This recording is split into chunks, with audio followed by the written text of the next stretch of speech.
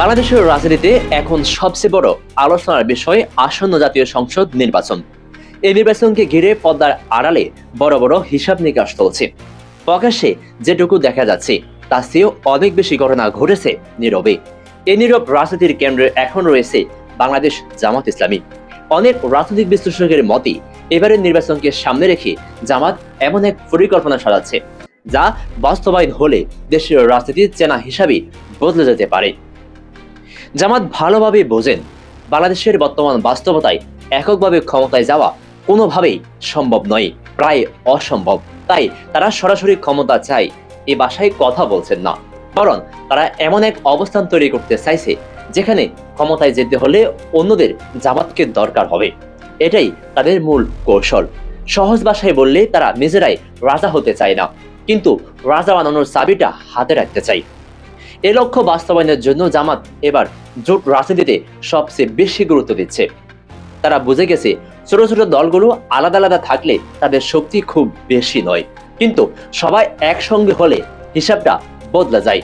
সেই কারণে জামাতের নেতৃত্বে বা জামাতকে কেন্দ্র করে একটি বড় রাজনৈতিক জোট গড়ে উঠেছে।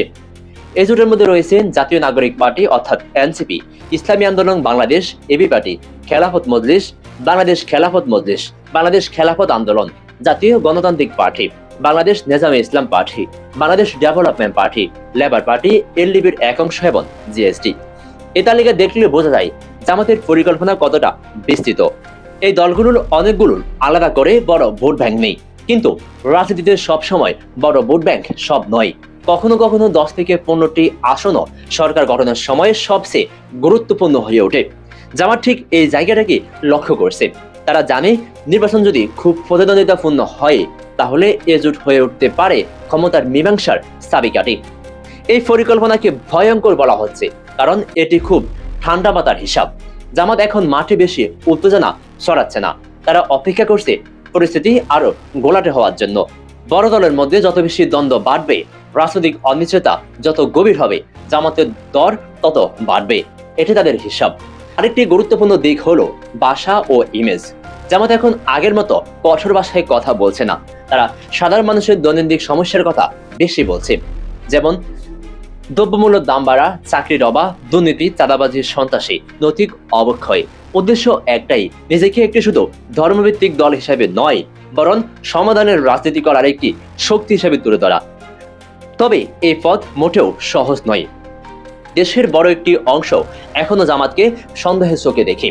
অতীতের ইতিহাস, আন্তর্জাতিক চাপ এবং দেশের ভিতরের বাস্তবতা সব মিলিয়ে তাদের সামনে বড় বাধা আছে। কিন্তু জামাতের বিশ্বাস বর্তমান রাজনৈতিক ক্লান্তি ও হতাশার সময়ে মানুষ অনেক কিছু নতুন করে ভাবতে পারে। সব মিলিয়ে বলা যায় আসন্ন জাতীয় সংসদ নির্বাচন শুধু ভোটের লড়াই নয়, এটি একটি বড় ক্ষমতার খেলায়। আর সেই খেলায় জামাত এবার চুপচাপ বসে নেই, তারা ধীরে ধীরে এমন এক জায়গায় যেতে চায় যেখানে শেষ হাসিটা তাদের মুখে থাকবে। এই পরিকল্পনা সফল হলে বাংলাদেশের রাজনীতির পুরনো হিসাব যে নতুন করে লিখতে হবে সেটাই বলা যায়। দর্শক, আপনি কি মনে করেন জামাতের পরিকল্পনা নিয়ে? আপনার মূল্যবান মন্তব্য কমেন্টের ঘরে জানান। আর এই চ্যানেলে নতুন হয়ে থাকলে সাবস্ক্রাইব করে আমাদের সাথে থাকুন। ধন্যবাদ।